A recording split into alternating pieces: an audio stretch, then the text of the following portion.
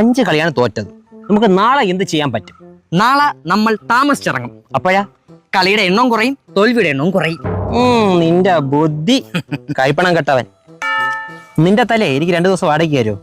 പശുവിനൊക്കെ പിണ്ണാക്ക് കയറുന്നു.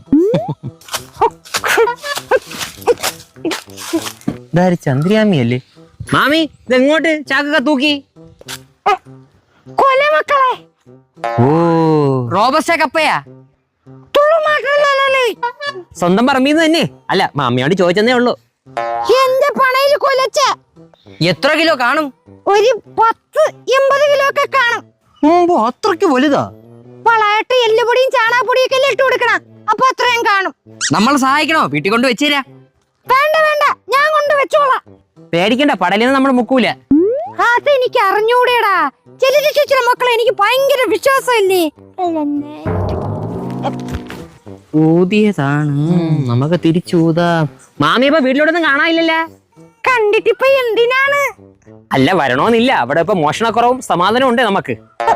എനിക്ക് നിന്റെ അടുത്തൊന്നും സംസാരിക്കാൻ സമയമില്ല. എനിക്ക് ഈ കൊല കൊണ്ട്